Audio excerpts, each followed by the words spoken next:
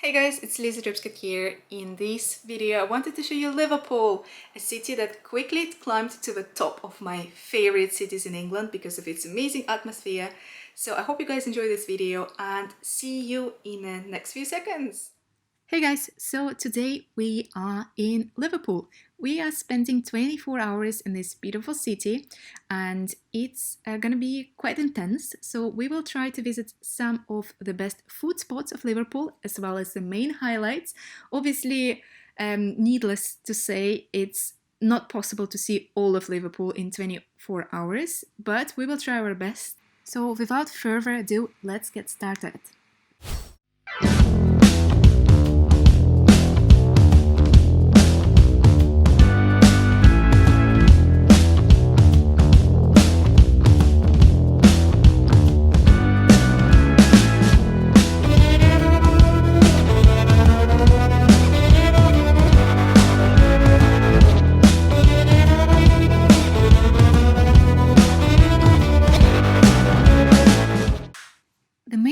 Why Liverpool has mainly modern architecture in the city centre is because it suffered a horrible blitz during the Second World War.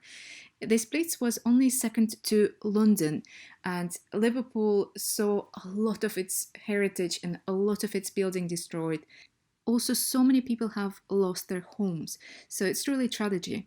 Here in the pictures you can see how Liverpool looked before the Second World War, so that's pretty different. However, I must admit that I actually like the modern look of Liverpool. It's quite different from the majority of UK cities, but I think it's very unique and very nice. Nonetheless, Liverpool has a lot of art installations, museums and galleries, so many that I think it pretty much equals London or maybe even exceeds. However, Liverpool also has beautiful heritage buildings like the Royal Albert Dock that is located just behind me. And that's where we're gonna head next. So Royal Albert Dock was a very revolutionary dock. It's actually one of its kind. When it was built in the middle of the 19th century, it was an innovative dock. That's because the ships were loaded and unloaded in the same place, directly to the warehouses. So it was really convenient and very cool. And at that time, actually, Liverpool was home to 40% of world trade. Liverpool was always a crucial city in the history of England and one of its richest cities as well. And that's mainly due to the importance of its port and also, of course, the Royal Albert Dock.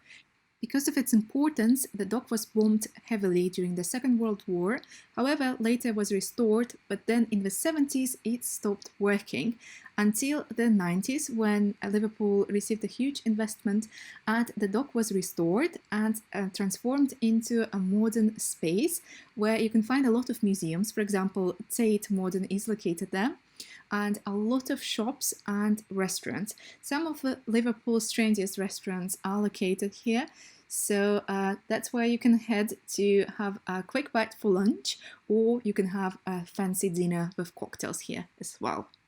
We actually headed for lunch there, and we went to a Mexican restaurant called Madre. So Madre served authentic Mexican food and, well, according to Pepe, who's actually from Mexico, it was great. We had cocktails. I think cocktails were really, really good. The food was fine. We actually enjoyed our guacamole and tacos. And it's a fun place to visit in Liverpool and actually a very trendy one. Two things made Liverpool really, really famous. First of all, as I mentioned, it was the center of world trade. Secondly, it became famous because it became a center of rock music in 1960s. And of course, the most famous rock band from Liverpool is the Beatles. And Liverpool has a few museums dedicated to the Beatles, and the one behind me, the Beatles Story, is probably one of the main ones. It's a huge interactive museum that celebrates 30 years in actually this year. And if you like Beatles, if you want to learn more about the history, about the story of each of the Beatles group members, as well as the way to success of how they became the world's most famous probably group in the 1960s, and still up till now they are super famous. So definitely head there. Unfortunately, we didn't have that much time to visit the museum. And while we like Beatles, we are probably not the world's biggest fans, so we decided to skip this attraction. But if you do like Beatles, definitely head there. So in this beautiful viewpoint of Liverpool, you can see how the modern combines the old in Liverpool. And I actually quite like the view from here. Just look at these modern buildings as well as the Royal Albert Dock. And it's almost sunset time. So the next place we visited in Liverpool was the Baltic Triangle or the Baltic Quarter. It's actually a pretty cool, pretty hipster place right now because it's home to a lot of street art in Liverpool, as well as a lot of different restaurants, bars and coffee places. And the main place we were actually interested in was a huge semi-indoor street food market.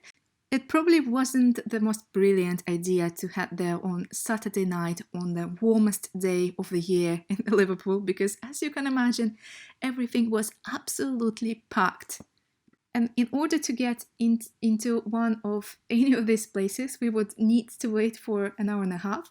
But to be honest, if you're visiting Liverpool on not the hottest day of summer, you'll probably have a chance to get in one of those places, or you can probably book in advance. Some of these places accept bookings.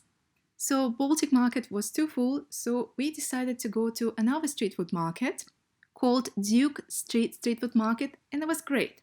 If you like going out, if you like partying, then Liverpool is probably the place to go because nightlife in Liverpool was absolutely amazing.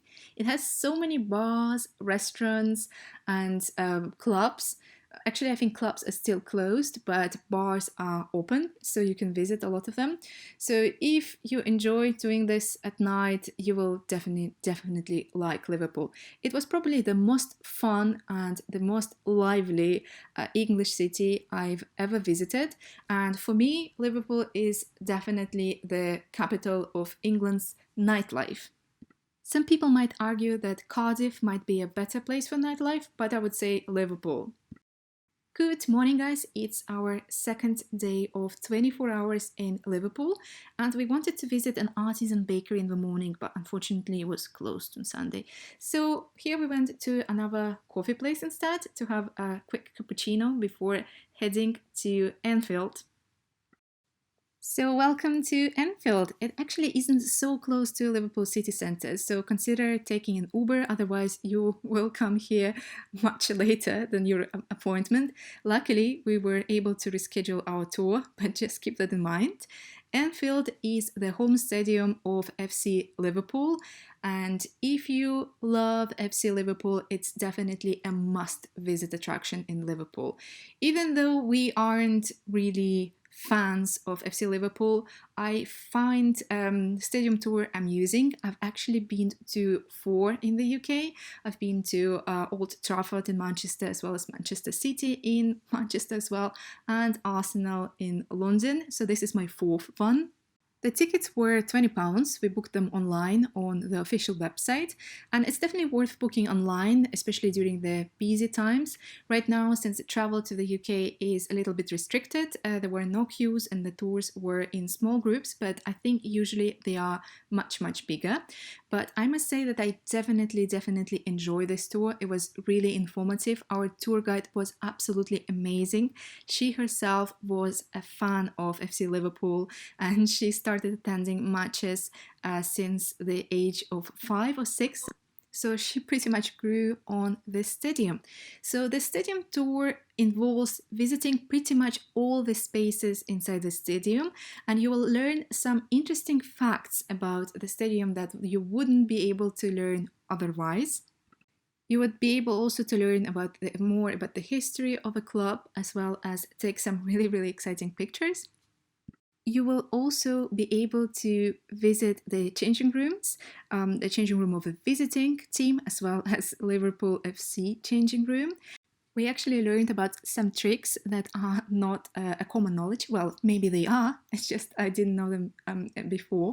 So this looks like an absolutely average changing room.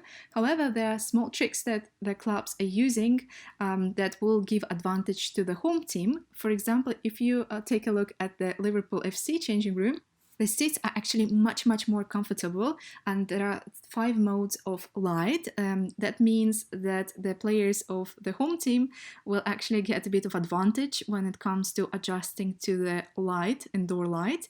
And even though it's 15 to 30 seconds, but when the time is limited, it's actually a really huge thing. As well as that, they also have a huge screen where they can display the adjustments of the strategy and the tactics, so it's definitely much better than the other changing room. So the capacity of Anfield, or Anfield as it's called abroad, stadium is about 55,000 people, but it's likely to be extended in the future, obviously if we fight COVID and we will be able to go to matches again. So as I can say, overall the tour was really informative, amazing and interesting, and I can definitely recommend it to you if you like football. So after the tour, you get a free entry to Liverpool FC Museum, and you will be able to learn even more about the history of the football club, as well as look at the old uniforms and the trophies.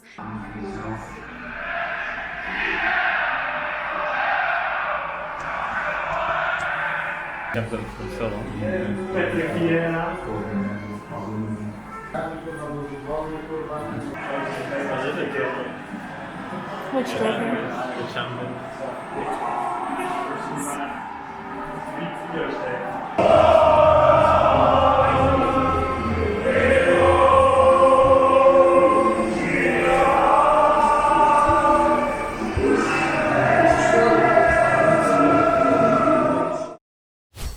Next, we headed for lunch to a very beautiful, Instagrammable and photogenic place called The Florist. So The Florist is a chain, and we actually visited The Florist in Bristol and fell in love with it because look how stunning it is. It's a place where you can get a various mix of foods, and I also really like their cocktails. So if you're looking for an Instagrammable location in Liverpool, definitely head there. The next place to visit in Liverpool, if you enjoy architecture, is the Georgian Quarter. Overall, it's a very beautiful area with Georgian buildings. They look absolutely stunning, beautiful photos. This place is really nice and enjoyable to walk around. And in this area, there are also a few nice restaurants to visit. So if you are looking for another place to visit for dinner or for lunch, this place is amazing. Actually, as I mentioned before, we were so lucky with the weather. So normally summer in Liverpool is about 16 to 20 degrees. It usually rains at least once a day. Well, there's of course some sunny or not rainy days at least, but we were so lucky with the weather because we had 2 sunny days and 2 days with a temperature above 24 degrees Celsius.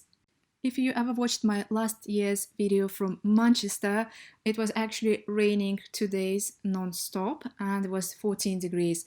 So yeah, that could be the case in Liverpool as well, so make sure to bring an umbrella and warm clothes. The next place to visit in Liverpool is the Liverpool Cathedral. It's pretty massive and it looks very beautiful and unique.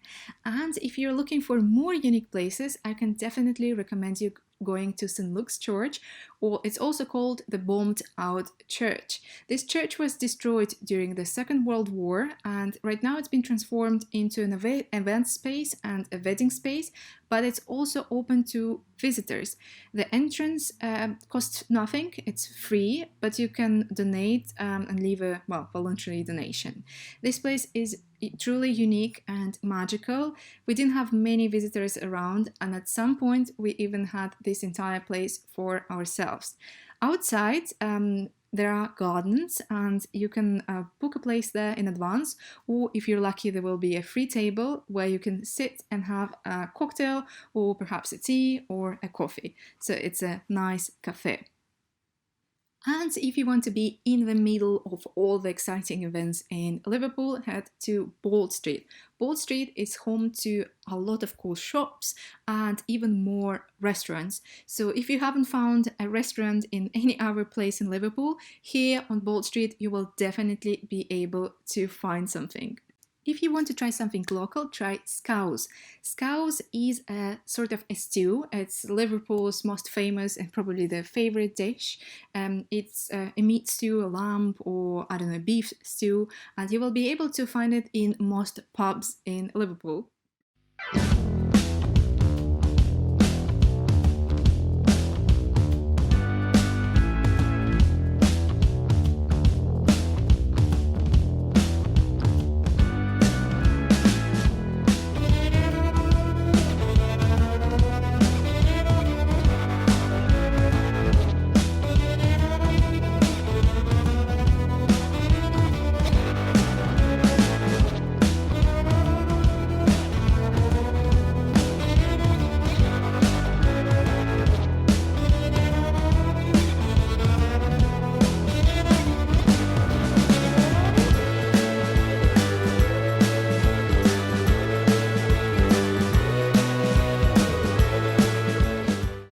Another iconic place to visit in Liverpool is Matthew Street. Matthew Street is home to Liverpool's most famous bars and pubs, as well as the Cavern Club.